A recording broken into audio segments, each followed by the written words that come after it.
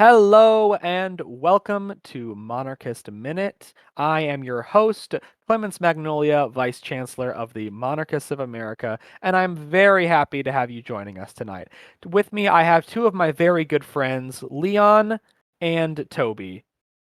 How are y'all doing tonight? Doing well. How are you? Doing fine, doing fine. Yourself, I'm Leon? I'm doing all right. Thanks for Eh, asking. Very good, very good.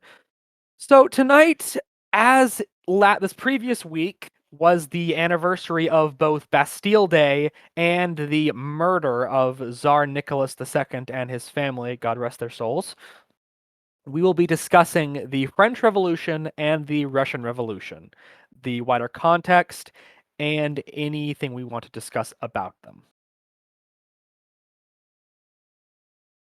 I think we should begin with the French Revolution, especially since the Russian Revolution was, of course, fed on by the French Revolution. So we should start here. And I guess we could start with the storming of the Bastille. Yes. The time that the rioters didn't have any gunpowder, so they decided to let loose a bunch of criminals. Well, here's the funniest thing, though, is the fact that was it only like 12 or 13 criminals? And I Seven. remember, I was seven? Yes, seven.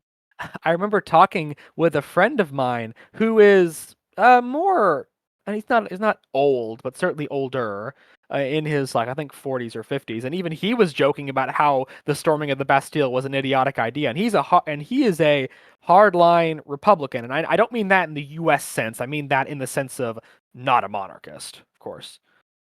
And even he was saying how it was just a dumb thing to do. And I'm like, exactly, it was. Most people would agree that it was dumb. It was done out of the people's, I would say, the people's anger at the current situation and taking it out on the Bastille as they, from what I've at least read, it was seen as a symbol of oppression, which I think is stupid, but whatever. Well, what I had heard was that they had been taking guns, but they didn't have any gunpowder. And this is just what I heard, so I could be entirely wrong. But from what I heard, they were going into the Bastille to steal their gunpowder.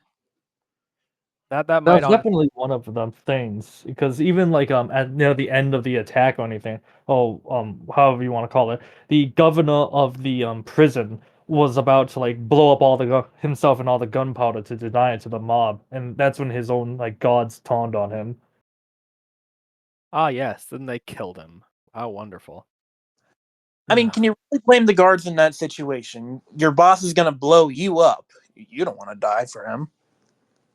I mean, okay, yeah, that makes sense when you really put it like that. Yeah, it's like in whenever a army commander realized he was about to get fired in like the medieval era or whatever, and he decides, well, might as well revolt. I'm gonna die either way. Oh yeah, I mean it's no, I kind of get I can get some sympathy to like the men of the fortress then Yeah, because this was after like the any idea of a relief effort kind of just failed. They yeah, just said forget it. We're gonna leave it. nothing. We'll leave it to its own devices. Exactly, nothing to lose, everything to gain. Exactly. Yeah, but Uh, of course, the storming of the Bastille. I will admit, I don't know a whole lot about the storming of the Bastille. I don't know if y'all are more knowledgeable about it. I did study French and Russian history for a long time. Hmm. Could you go into a little bit more detail on it, Leon, just to we can get some more context of it, if you don't mind? Um, I'll be honest. I know I've studied Russian history much more recently than French history, but Just anything would be for you.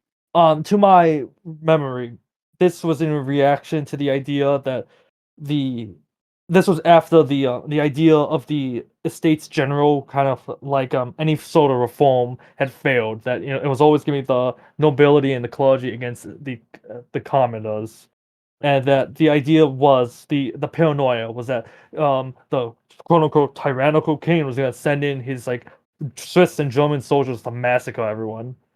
And so the people of Paris had to like take up arms to defend themselves. And so that's why they tried to steal all the gunpowder from the Bastille.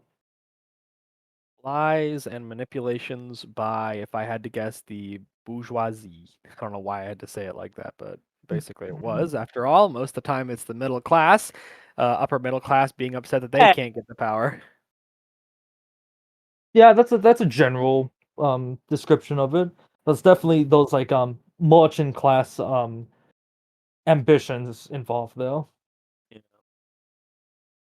And of course, I mean that's basically what happened, anyways. Especially since the main leaders of the French Revolution were those exact people. They were the intellectuals and the business class. Until they were then, of course, mostly executed by the coming of the Reign of Terror, or the Terror, the Reign of Terror, the Reign of Terror. It was the Reign of Terror, and we would You, cut off all of their heads. oh, I know this is so off topic, but Oh, when you there is messed me a up with that, god. I thought of the whole like meme of like the the picture of like JD Vance with his face being like just inflated and just look like a baby. That's Oh what my you god. reminded me of. That's like if I had to give that a voice. We need to deport all of the illegals. It, Every well, single one. Will the couch.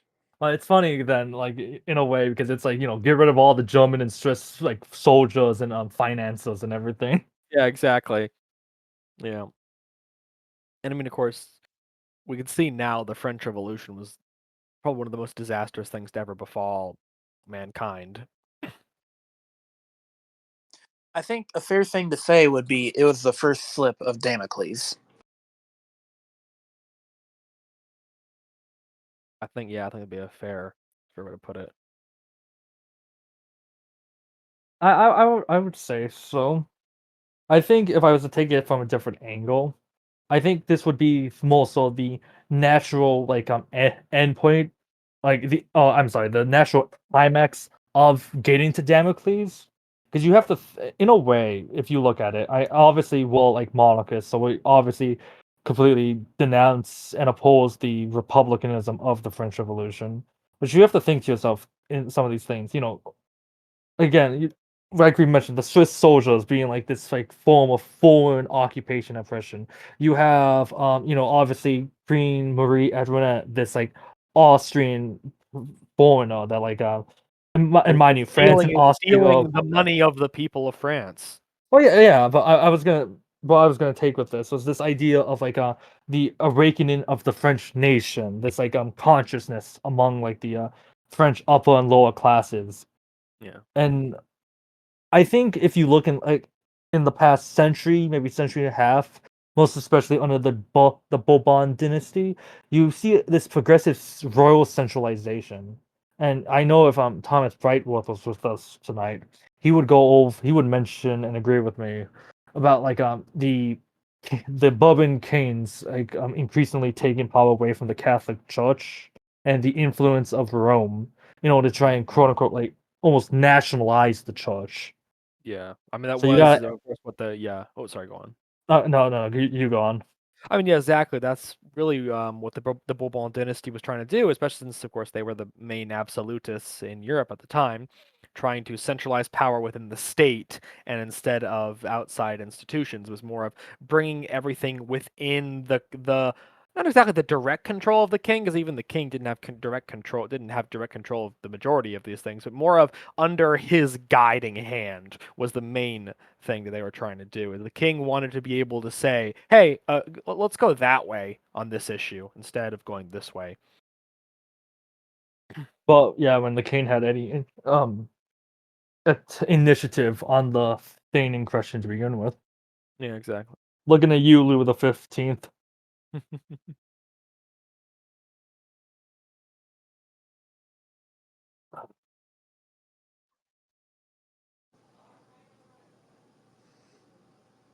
You gonna say I'm something, sorry. Toby? Or So I guess if there's nothing more to say on the French, we could start well, pivoting. I mean, um, no, I feel like I'm forgetting something that I wanted to get into, but I can't remember for the life of me what it was exactly on the more detailed parts of the French Revolution. I mean, we'll move on for now. I'll probably be like, "Oh, this is what it was" in a minute or two. I can say this at least. And this is just more so something I've come across general studies of like not just history, but like sociology and political science. Like there's a perpetual and grandiose conflict of factions. Each group is trying to take power and resources from the other groups, and it doesn't matter if they're big or small. And you could say this about the French Revolution, the Russian Revolution, even the American Revolution, and all these other ones. It's not just like this like the whole country woke up one day and said, you know what, we don't want the cane or whatever. No, this is a process of just like factional conflicts. And you see many like we were talking about like for the French Revolution, for example. It's not just the poor people just like were poor and hungry, though that is a factor. You have the merchants who want to grow the finances at the expense of the nobility. You have the lawyers who want some like civil liberties and the mode of America, and you have secret societies who are like who propagate this. These are the areas where all these like university students, where all these merchants, where all these like dissatisfied lower ranking priests all gather and like discuss these ideas. And of course, the coffee house was one of the most important ones. I remember actually reading about this, that the coffee houses were so important because the fact that most people would come there, and it was an area where your position in society didn't really matter that much. You could just talk with each other. And I believe a lot of the main intellectuals of the Enlightenment very often would be in coffee houses discussing with each other different topics. Oh yeah, the salons. I thank you. I completely forgot that was Yeah. the word, the I salons, and you forgot they even were saw. called salons, yeah. Yeah, and the obviously salons nowadays. It's like usually like women's hair, and the idea is you go there for gossip, but there's a through line here. Hmm. What salons are today versus what they were 200 plus years ago in France. I mean, Yeah. there's still some continuity. And I forgot also like some many nobles like Mirabeau and Lafayette. Well, I don't know about Lafayette personally, but like them, and including members of the dynasty, like the Duke de Orleans. Yeah. Mirabeau was a damn dirty assassin. Yes, he was Okay. over here saving the kings for years. R.I.P. Yes. At least you got the reference. I got the reference. Oh, I'm a nerd. Oh, but it's a good game series to fall into. I mean, it's not historically accurate, but like I respect it for what it is, Yeah. what it was. Yeah. I They mean, really.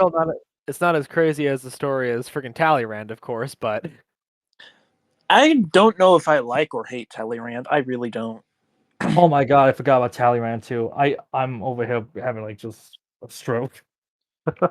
I'm I'm playing all sides, so I always come out on top. Yeah, that's The most real politician. The most honest politician. Let's be real. He's Oh, honest with the fact that he doesn't care Yeah. as long as he survives. Yeah. All right. All right. So let's bring the topic of Talleyrand. That brings me to another person, the man who became the revolution. What do we think of Napoleon? Clements, you go first.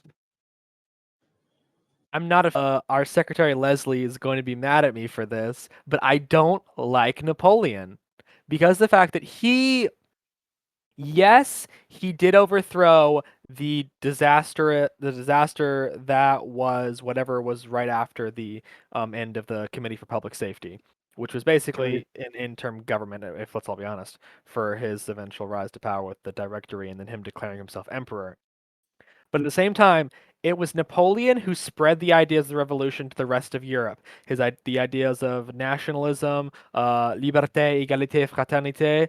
It was him who propagated all this and really got it spread out. Because at first, it was still mostly being kept within France. Yes, it was partially getting out, but it wasn't as bad until he proceeded to curb stomp his way across the entirety of Europe until freezing in Russia. I mean, you got to respect the game, though, of curb stomping Europe. Oh no, I completely respect the game, and he was a genius tactician, absolutely genius. I will never deny that. But he was still a key in spreading the revolution.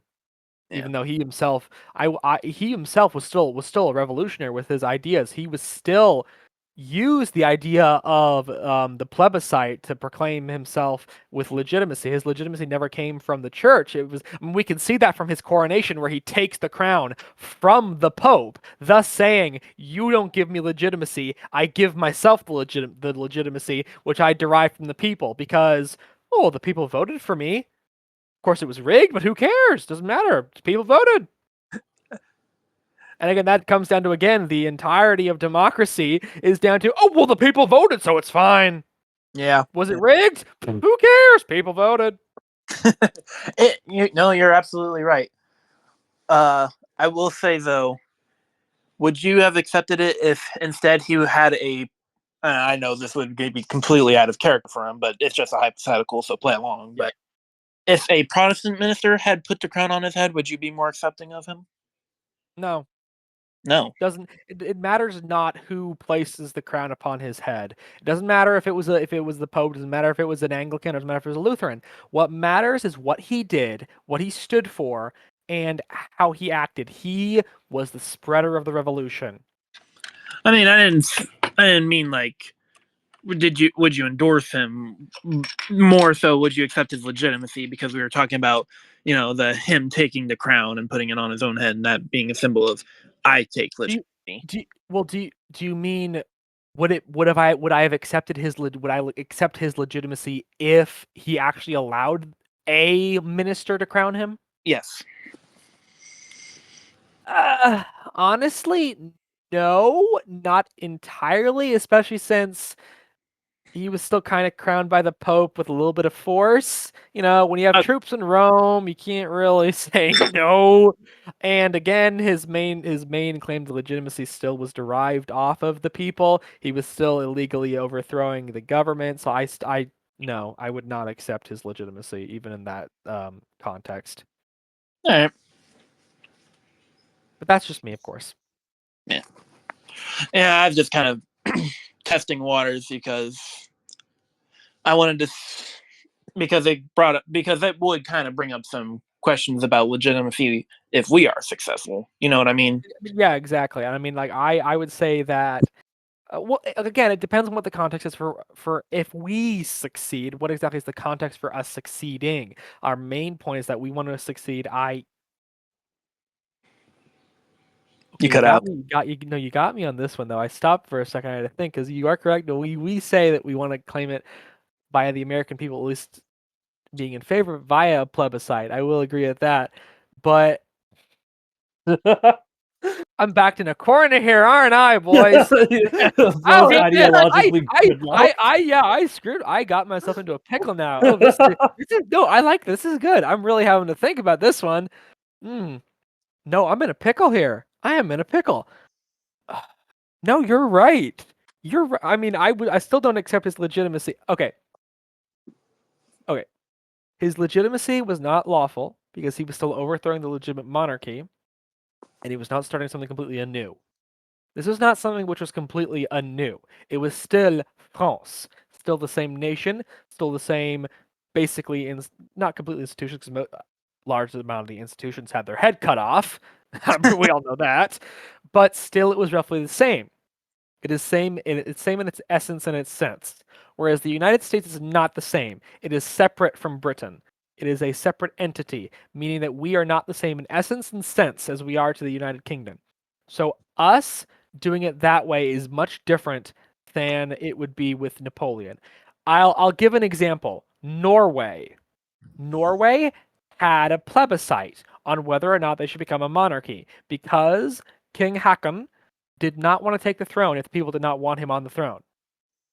They had a plebiscite. They voted yes. He became the king. And Norway did not have a monarchy at that time because they had separated from Sweden.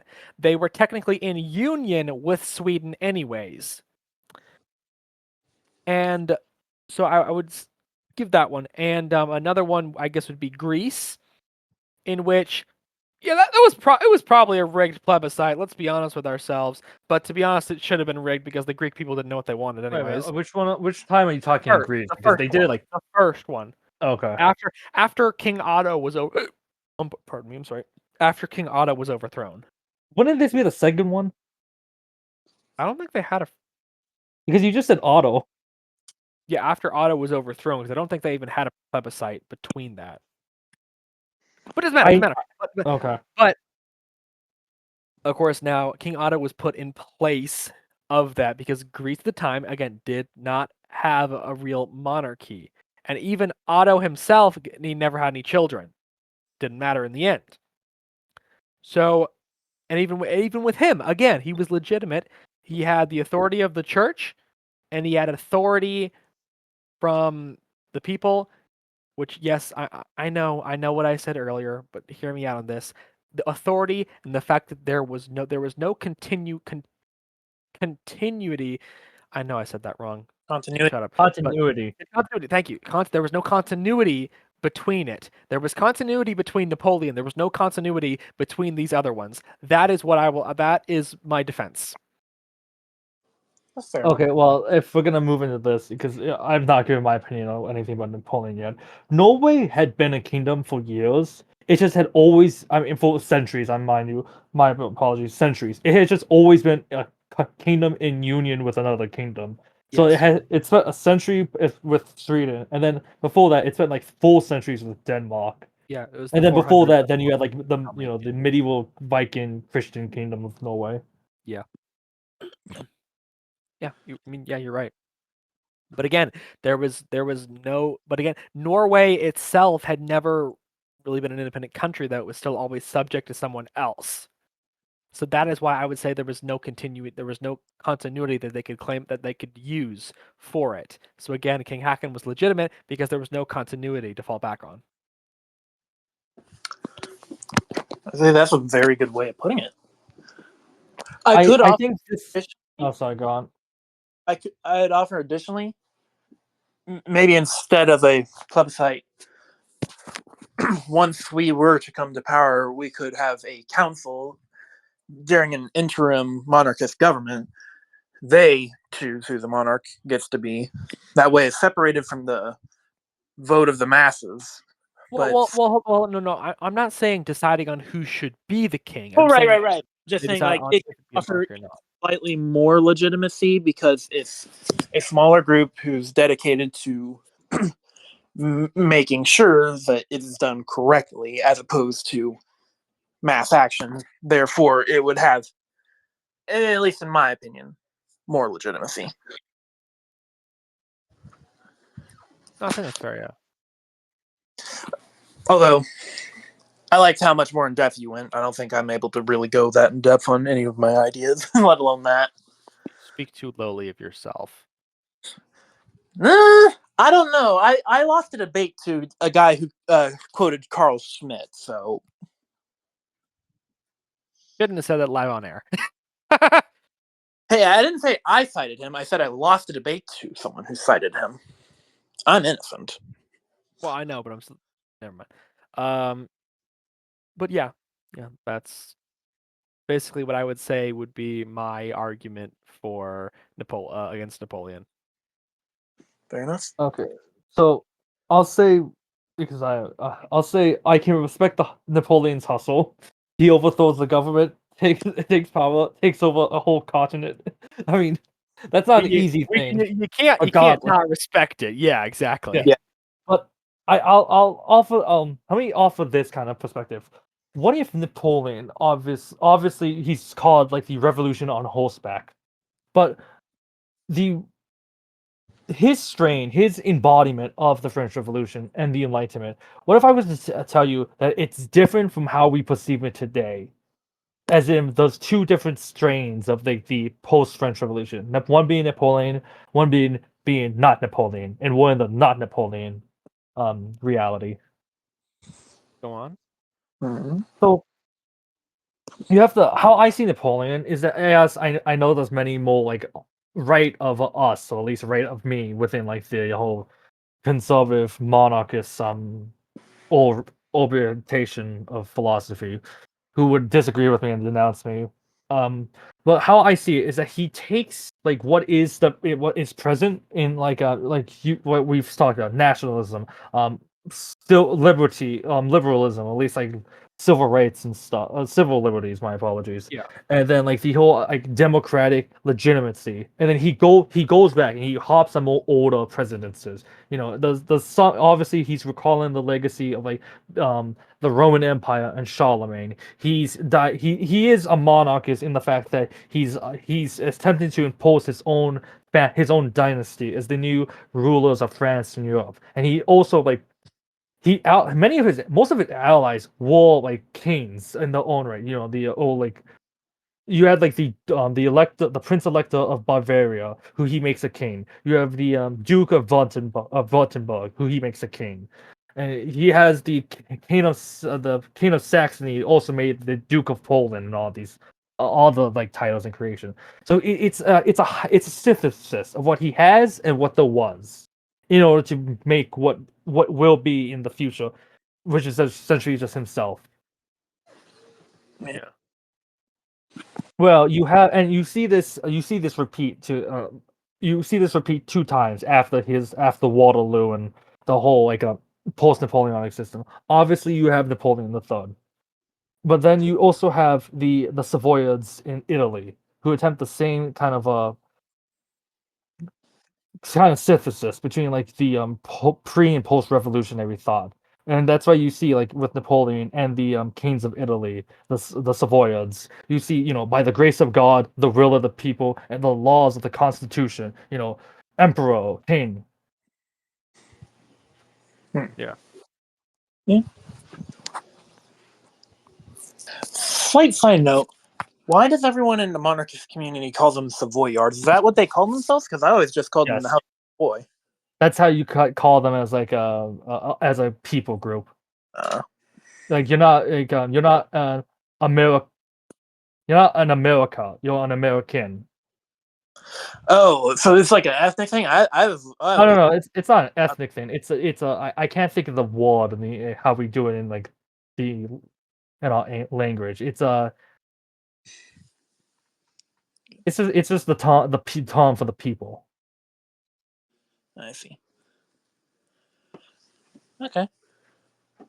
I don't know. I always thought that was kind of weird though, especially since we would never say a Habsburger, we would say a Habsburg, or a Hohenzollern, or a Windsor, or a Bourbon, or a Orleans, or Orleans, or Braganza, or Bourbon Parma. So I don't know. Well, I mean, what would be the plural of Savoy then?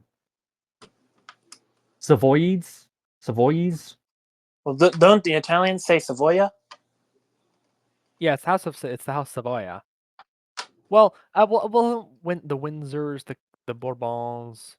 I mean, Savoys. Yeah, the Savoys. Yeah, that works. Like I guess it works. I would say a Savoyard would be someone who is from the Duchy of Savoy. That's a Savoyard. Yeah, that Like makes sense. Is that actually what you call the people there? yeah, Because it's a now it's part Savoyard. of France. Okay. Yeah, still a Savoyard. But again, they've been told not to speak any language other than French. If you don't speak French, you hate the French nation. We will ban you. Another legacy of the French Revolution Yeah, is just another wonderful legacy. nationalization. The absolute destruction of the Breton and Occitanian languages. Hmm. A true tragedy, really. Yeah, the fact that now the Occitanian language is only spoken in frickin' Spain. Yeah, and I'll actually kind of elevate this a little bit. If the revolution hadn't destroyed these cultures in effect, the title emperor would make a lot more sense. But now, because they have been destroyed, France really can't really call itself imperial anymore because there's only one nation, the French nation. There is no Occitanians, there is no Bretons, there is no empire to it anymore. Yeah, that's a good point. That's an interesting way to look at it. So, do you Uh, think like the king of Spain should technically be the emperor of Spain then? You could make that. I think he's trying to say like the claim to it though. It's not about like should it be. It's the claim to it. I Right. mean, Okay, I get you now. it's nuanced. You know, a lot I suppose you could say that, yeah, he could technically call himself the Emperor of Spain, since the Catalans and I don't know the other. Basque and the Galicians, Yeah, Galicians, yeah. they, they Andalusians. really they are, since they have their own linguists and historical traditions to themselves. They can indeed call themselves their own independent, unique nations from that of Spain. Therefore, Spain would be an imperial country. But at least that's how I've always understood it. That's why I always, when I'm talking about what the monarchy for America should be, I'm always advocating it for it to be an empire, because in reality, our regions are more like nations. The Midwest and the South are not the same. New England and the South are not the same.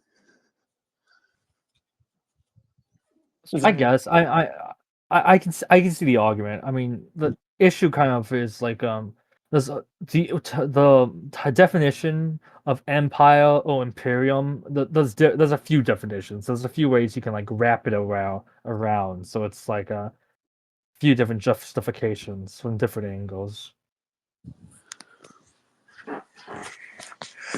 On the topic of emperors, why don't we get to the tragic murder of one? I mean, I think we can touch on that. I Oh mean, yeah, that is Don't wanna half mention of it. the. We could dedicate another 10 to 15 minutes. It's Yeah. not it's not gonna be like 2 hours or anything. yeah, Yeah. that's just I need to listen to at work. Exactly. That's what I usually do. So Toby, since you introduced it, do you want to go into it first? Yeah, so I'm sure most of our viewers know that the other day it was the anniversary of the murder of Tsar Nicholas II and his family, and some of his servants who stayed with him. Um, but in Russian Revolution, that's a topic.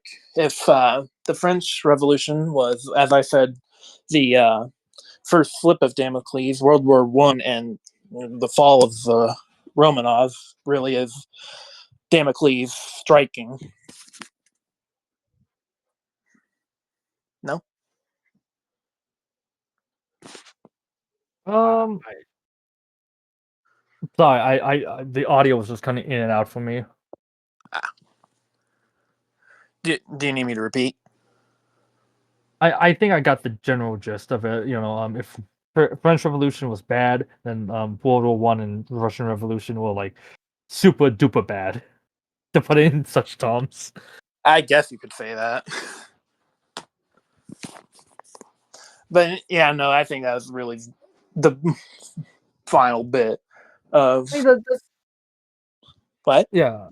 I was gonna say there's definitely you're right. I mean, there's the Bolsheviks and the Mensheviks and a lot of like a lot of those groups were very conscious of like we're gonna do what like the original French revolutionaries did, but we're gonna do it better and not be taken over by like a Napoleon or something. And even like the Tsarist regime was very conscious of let's not get all of our heads chopped off.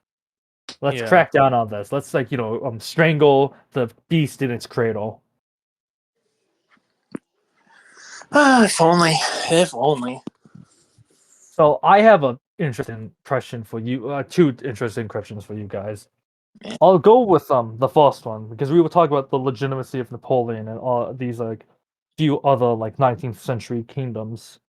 So you have after the 1805 revolution, after Russia's humiliation to Japan in trying to take over the Pacific and China, you have the 1905 1906 constitutional reforms in which you have an attempt at some sort of liberal democratic system with the infamous State Duma. And then immediately in the years after this, from I believe 1907 to 1911, you have this particular prime minister, Peter Stolypin, come in.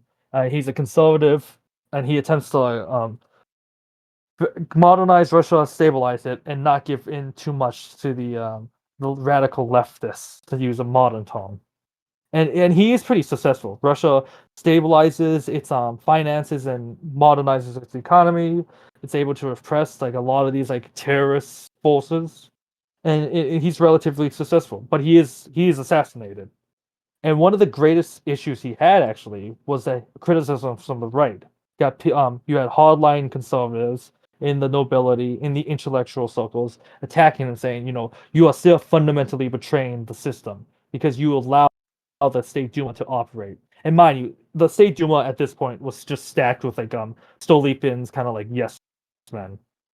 But it's still, it was, if you even try to give into the idea of democracy, even if you've made it like you falsified it, you are still betraying the system, and you cannot be allowed to continue.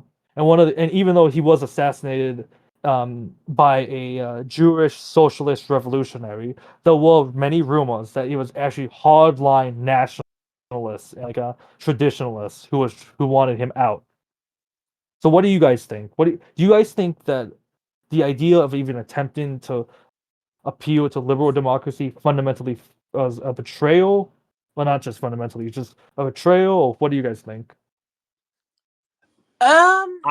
I think it was a necessity because of the fact of the need for the Industrial Revolution inevitably would bring about these things. The Industrial Revolution really kickstarted a lot of that, and because of the mass changes of wealth distribution that came with the Industrial Revolution, it would inevitably bring up the rise of the middle class. And with the rise of the middle class, of course, then comes with tensions between the old aristocracy and the entrenched elites and the newly rising ones. So you have to placate them at least a little bit. And I believe the Duma was a good idea to placate it. But of course, the problem came down to the Tsar not being entirely competent and also Stolpen being assassinated, which really didn't help. Because I don't know too much about Stolpen, but from what I have seen, he seemed pretty competent. Stolypin. I would say that Stolpen, yes, Stolpen. Sorry. I would say that it would not be a fundamental betrayal because I think truly in modern society, people do need to have some vehicle of elective representation. I do not think that should be an executive power. Obviously, I wouldn't be here if that otherwise, but if nothing else, having that is at least a channel to which people can voice their concerns to the monarch, if nothing else. But I think having a legislature that is elected is useful. I Okay. kind of have to fall back onto what our co-ideologist Georges would say, or Watercube, is that it's the importance of the ritual of voting is very important for people to make them think that they still have power. And again, that also comes back to Charles Coulomb, who also talks about how it's important that people still be able to think that they have political power, and they think that by going and voting. It's all about the rituals. Well, Okay. yes, there is an agreement. I'm more concerned with having a minimum baseline representation and, again, a channel of communication towards the monarch. Like, think of it. In any organization, when you have something you wish to go up to the top, you bring it up the chain of the command. So, say, elective member of parliament, you could vote for them for a specific topic so that that topic is brought to the mind of the emperor. You know what I mean? Yeah. I forgot to mention this, and that's only because I don't write any notes for this. What you see with Stolypin, and to an extent his predecessor Sergei Vita, is that you see this this transition in like the main interest group of the regime, being from the old nobility to being into the industrialists, the new industrialist class, and essentially the what will become the kulaks. So you see this transition from like the this. I think it's a good how should I say it? You can see the difference in like the more traditionalists who are saying nobility has this like inherent virtue in it that gives it precedence to be on higher on the hierarchy, and then you have those if not more some either meritocratic or I want to say realistic, or you could even argue liberal, where you have the industrialists, you have the kulaks, you have the bourgeoisie, essentially. Yeah.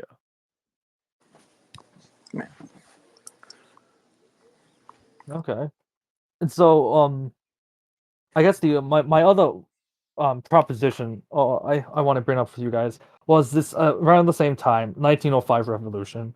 You have what is called what is very scantily called the Serbian solution. And despite what it's called, no, this is not the Serbians trying to take over Russia, make greater Serbia. The reference is to the 1903 Serbian coup d'état, which saw the Serbian military storm the palace, exterminate the reigning Obrenović dynasty, and bring in the Karađorđević. And so the idea was, if Tsar Nicholas is weak enough, if he cannot make the right decisions, that the military, the high nobility, and even members of his own family would essentially get rid of him and replace him with most likely the Grand Duke Nicholas Nikolaevich. Yes, What do sir. you guys both think about that? Was it realistic? Did it was a logic behind there that made sense to you guys? I believe it worked in Serbia because Serbia is, of course, a much smaller country, and they would have been able to control it a lot better. Whereas in Russia, the largest country on Earth, even at the time, even larger, with multiple different ethnic groups that had already been trying to revolt for years. The Poles, the Lithuanians, the Baltic states, Finland was still an issue. I think it would have been disastrous, quite honestly. I think it would have it could have very likely led to a civil war, an earlier civil war. And depending on the leanings of the new government, we could see the conservative elements fighting against the more liberal and socialist elements.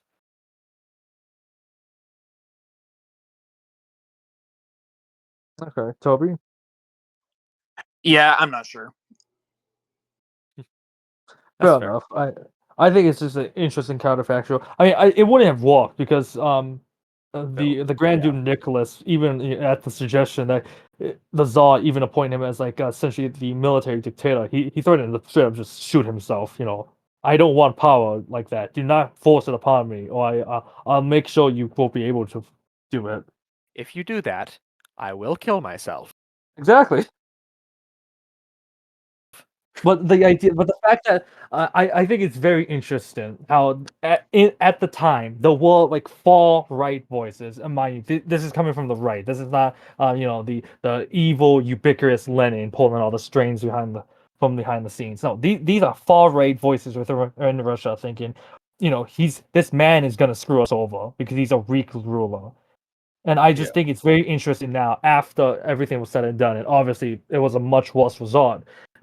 A lot of them turn and are like, oh, he was so innocent, he did nothing wrong. He's a saint because he is and now officially a saint. Yeah. I think it's just something that's overlooked, and a lot of people overlooked it. Yeah. Yeah. I don't know. You guys in YouTube, comment. What do you think?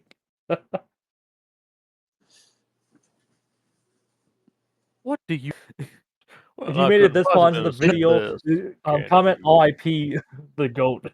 You know what I think? What do you think, Toby? Consume. You need to consume. Real. So real. I think I enjoyed this. Honestly, I very much enjoyed this. I enjoyed this a whole lot more than I have um other episodes of us talking about events. Thank you both so much for coming on. Yep. I Thank you think for we're up. having me. Thank you, honestly. I thank our audience members who are here listening with us. And if you're ever interested in coming and talking with us, or possibly coming on the podcast or listening to us live and asking us questions during the recording, you can join us at our Discord server. Remember to follow us on Twitter, on TikTok. I think we have TikTok, right? Yeah, and do we have an Instagram? I don't I remember. think we do. I think we do. Yeah, I'm not very much on a lot of this stuff, so I can't really tell. The only But two join us things on we're there. active on. Like and subscribe, as they say. Thank you so much for watching, and we'll close out with the evening prayer. I've got to do that. Please bow your heads and join with me. Our Father, who art in heaven, hallowed be thy name. Thy kingdom come, thy will be done, on earth as it is in heaven.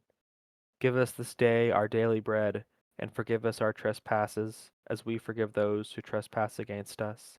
And lead us not into temptation, but deliver us from evil. For thine is the kingdom, and the power, and the glory, forever and ever. Amen. In the name of the Father, and the Son, and the Holy Ghost, as it was in the beginning, is now, and ever shall be, world without end. Amen. Once again, Amen. thank you so very much for joining us. It was a pleasure to have you. We hope to see you next week for another episode of Monarchist Minute. I am Vice Chancellor Clements Magnolia. Thank you so much.